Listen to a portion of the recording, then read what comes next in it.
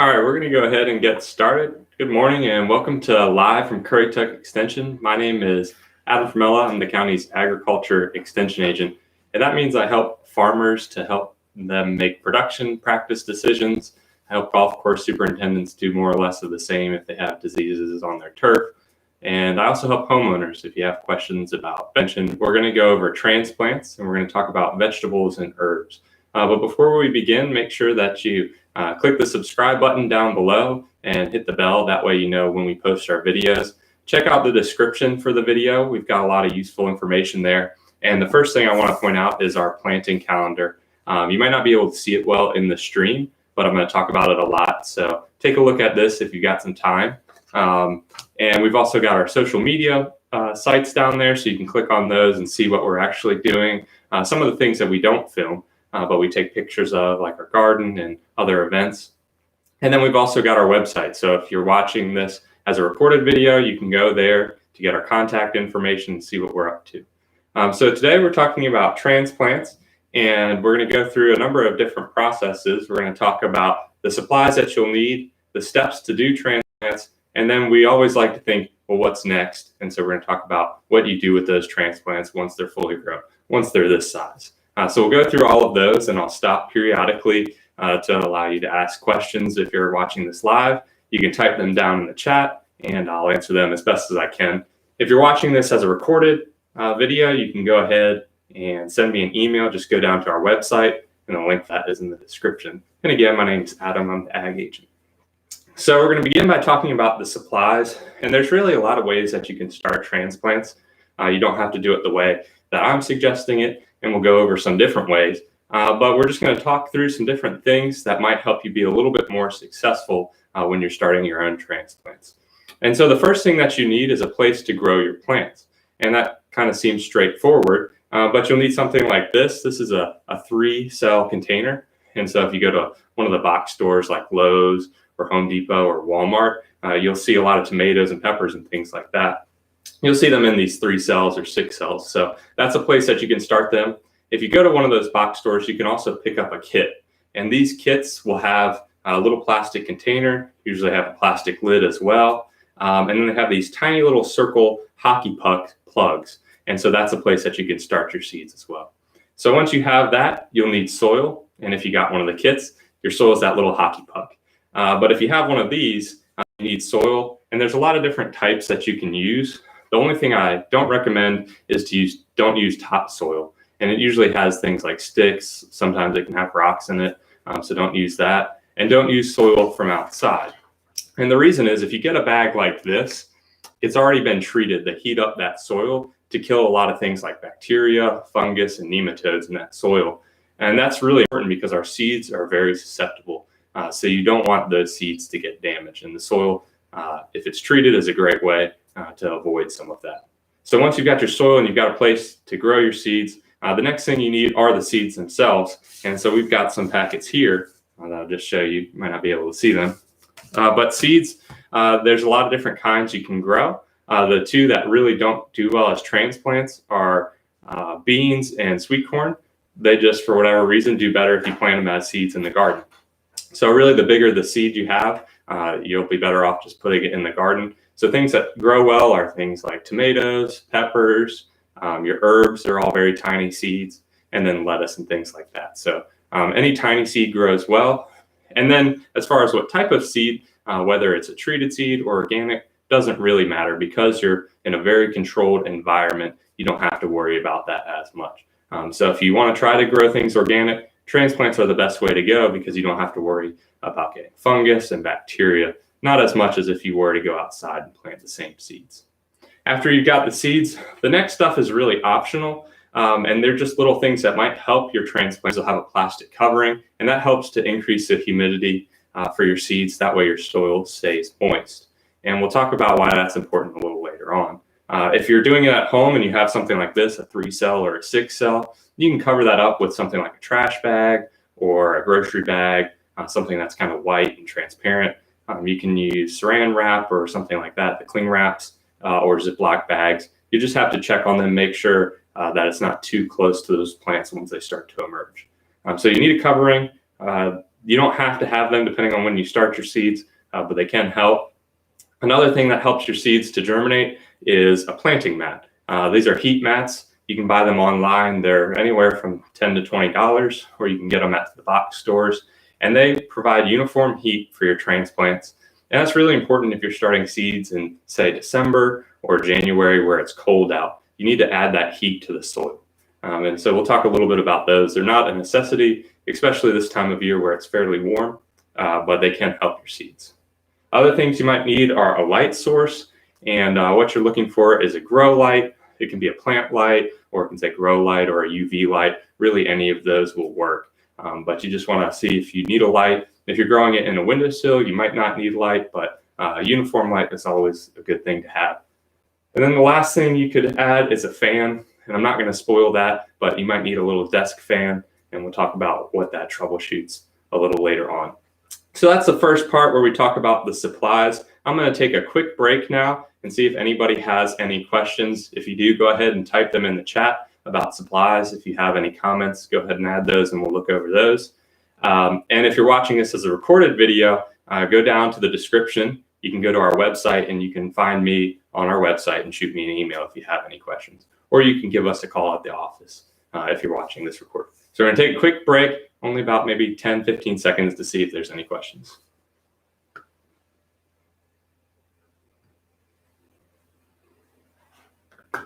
All right, looks like we don't have any questions right now, so we're going to keep on rolling through the process of planting seeds. And at this point, I'm going to go over the calendar pretty heavily because it's a tool that I like to use. I keep one of these pretty much everywhere I am. I have one in my car. I've got one here at the office, of course, and I've got one at home because it's a great tool for knowing when to plant your vegetables if you're a gardener and you like to have plant vegetables or herbs. So this is the link to this is in the description if you're watching it now or recorded. The most important thing is this calendar, and you probably can't see it on the video, and that's all right because I'll walk you through it. But on the far right, you have the different types of vegetables that there are. So it goes all the way from, looks like artichokes all the way down, and there's multiple pages of this. And then in that next column, you'll see how long it takes for those to go to maturity. So for something like basil, it takes about 14 days if you start it as a transplant. If you plant it as a seed, it takes about 50 days. So that's a great way to start to plan your garden if you're growing some for your vacation. So this is a great little tool for that. Then it has the distance they need to be planted apart. That's not really important for transplants. It's more important once we get into the garden. But the most important thing here is this calendar. So it has the dates across the top, the months, and then the bottom part where the bulk of the stuff is, it tells you when to plant if it needs to be a seed, and that's S, or a transplant with T. And so you'll find out, okay, go over, it looks like I need to plant it in May if you come up, and that's how you read the calendar. But this is also important for when we want to start our transplants. So if something says it needs to be planted outside in May, you want to start your transplant 6 to 8 weeks beforehand. So that's roughly a month and a half to 2 months. So you would start them in March or this time of year. So that's a great tool to start to figure out when to plant your transplants. So when we're planting our transplants, the first thing is we have to find a location. And there's really 2 locations that most people use, that being in your garage or in a windowsill. But you can really do it anywhere. Those are just common ones, so we'll go over the pros and cons of that. But you can do it anywhere on a desk, a counter. It doesn't really matter. Whatever works for you is fine. And this is, I'm going to get on a little soapbox here, but planting is a great introduction to science and trial and error. And that's really all science is. And transplants are a great way to do that. You start to figure out what works and what doesn't work. And everything is specific to whoever is doing it. So what works best for me might not work best for you. So now that we're over that, we're going to talk about how we start the seeds. And so we do ours in these little 3 to 6 cells. And so we have those. We start ours in a greenhouse, but if you're at home, you can do it in a garage or in the windowsill or wherever. The pros of doing it in a garage is that it's kind of a controlled environment. So you control how much light you put in there because usually they're pretty dark. And they're kind of out of the way. So if you spill soil or you spill water, it's not a big deal. Usually garages have concrete floors, but then also they're out of the way. So you're not constantly running into them and that kind of thing and having to move them. The cons are it doesn't get a lot of light, so you have to make sure you have those extra supplies. And then two, in the winter months, you can get a big fluctuation in temperatures. So if you start seeds in December, you might get days where it's 50 during the day and then below freezing at night. So that's just something to consider if you're going to do it outdoors in a garage or in a shed or something like that. Now, windowsills work great because you have that light. So you have the sunlight there. You don't need an extra light if you don't want one. And you get the heat from the windowsill. The downside is that a lot of times they're in the way. If you're going to be closing and opening blinds and curtains, they can be an issue. But also because they're in that sunlight, they're constantly getting dried out and they might have too much heat. And moisture is a really big concern. So we'll talk about that in a second, but that's something to consider if you're going to be doing it in the windowsill. So as I've said a bunch of times, we start our seeds in these little 3-cell packs. Then the first thing to do is add soil. If you have one of those test kits or the kits from Lowe's or Home Depot or one of the box stores, you've already got your soil. It's that little circle plug, the hockey puck. And so you add your soil in. Like I said, you can use a lot of different kinds of soil. And then you want to water your soil down, whichever way you prefer to do it. And the reason is you do that before the seed because if you were to add the seed first, it might get buried too deep down when you add the water, or it might float up. And planting depth is one of the most important parts of planting a seed. So you want to add your water first, put your seed in, maybe add a little bit more dirt depending on what you're doing, and then water it again. Now, when we talk about planting the seeds, the general rule of thumb is to plant the seed the depth of the seed. So if you have, I always use the example of a bean seed that's maybe this big, we'll say it's about 1/2 inch, then you plant it 1/2 inch deep. And so that's just a general rule to make sure that it comes up properly. Now, if you have something like this, a tomato or a pepper, they're really tiny seeds. And so the way to get around that is you water your soil, you place the seed on top, and then you lightly put soil on top of those seeds, and that'll allow them to come up properly. So now we have our soil, you know how to plant them, they've been watered, you have your location and all that. That's really all you need for your general transplants. If you want to increase how much success you have, you can put them on a heat mat.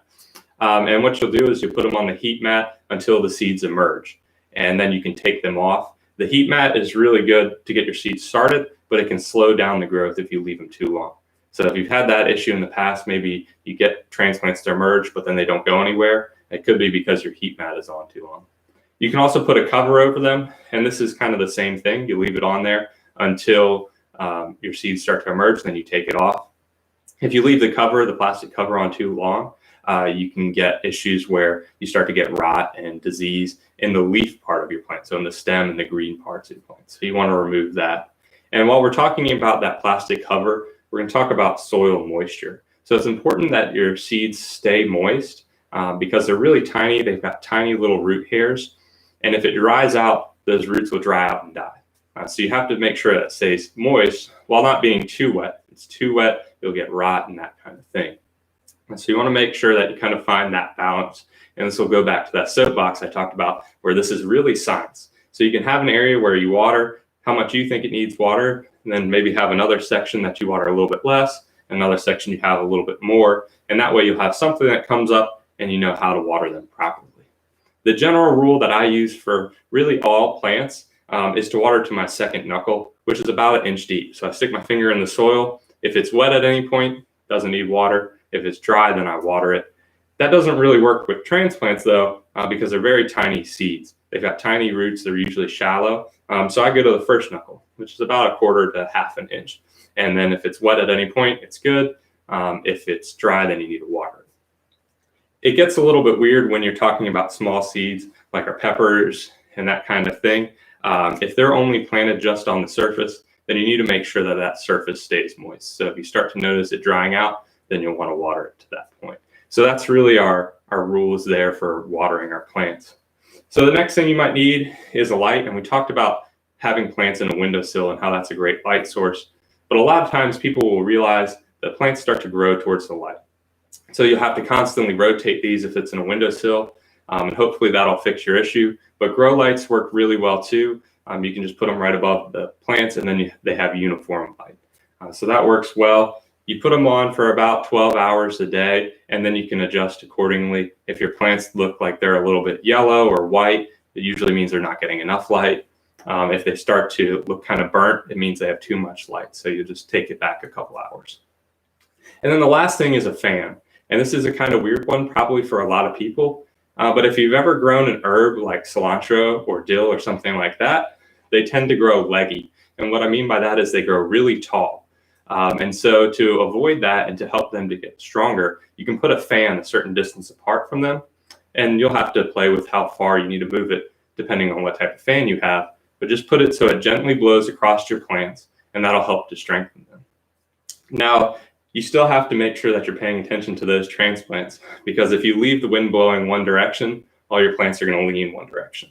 So you have to rotate your transplants or move your fan, whichever is easier. And I always recommend doing that about every 12 hours. So if you have a light set up, you turn it on, you can move the fan, and then when you turn it off, you can move the fan.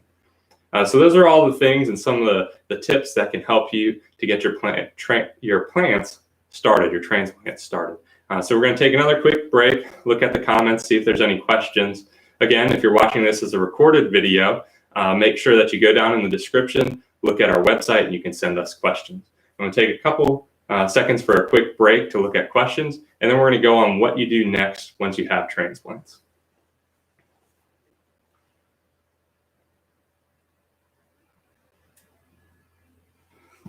Okay, so we had a question that says, my tomato sprouts get leggy when I try to start them. How do I prevent this? And we talked about this a little bit with the fan, but also usually plants are getting leggy when they're trying to grow towards light. So what you can do is lower your light source to make sure that they're getting an adequate amount, depending on how high up that is. And you can add a fan too, and that'll help to strengthen them.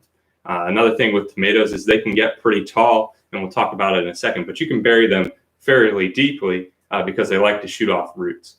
So leggy tomatoes, depending on how tall they get or how long they get, isn't necessarily an end of situation for your transplants.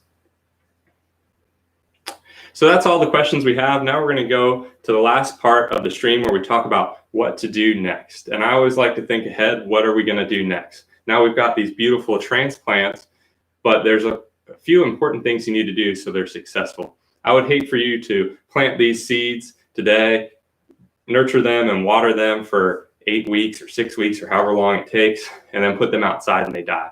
So the next step is hardening off your plant. You've got your garden prepared, your plants are great. You need to slowly introduce them to the outdoor environment because they've been babied. They've been given adequate amounts of light. They've been given good water, good temperature. So you slowly bring them outdoors. And the way I do this is if you're home at quarantine like we are now, you can take them out for 2 hours a day, bring them back in the next day, add an hour or add 2 hours. And you can do that. Or you can put them under a shady tree and just leave them outside. But you'll want to do that for about a week, and that'll help to strengthen your plant. And then when you go to plant them, what you want to do is dig a hole the size of your plant. So you can see these are about maybe 1.5 inches, 2 inches deep. And so that's how big of a hole you want to dig. And so you put the transplant in there, whether it's your hockey puck plug or whether it's one of these, that's how deep you want to bury it. If you do have a hockey puck, a lot of times those things will have a protective kind of cloth around the outside. If roots aren't growing through it, you want to go ahead and remove that. That way the plant doesn't get root bound. But with these, you shouldn't have that issue. Go ahead and put it in the hole, and then you cover it so it's almost at the same level or slightly a little bit over what the soil was for your transplant. The one exception is tomatoes, which we kind of talked about before. You can plant those a little bit deeper because they like to shoot off roots. So what I do is I usually remove the top or the first set of leaves or maybe even the first branch, and you can put soil up to that point. And so that's planting it. The last thing is you want to make sure you water it. So transplants are really vulnerable and susceptible. So you want to make sure they have plenty of water. I usually water them every day, depending on the weather. This week, if you wanted to plant them, you should have plenty of moisture so you don't have to worry about it. But I wouldn't recommend planting on a day like today. But you can plant before rain too, and that's something that large-scale farms often do. They'll plant a day or two before rain. That way they don't have to water. So watering is the last step, and then you can fertilize. I would wait 2 weeks or so before you add fertilizer to allow those plants to kind of start to send out their roots.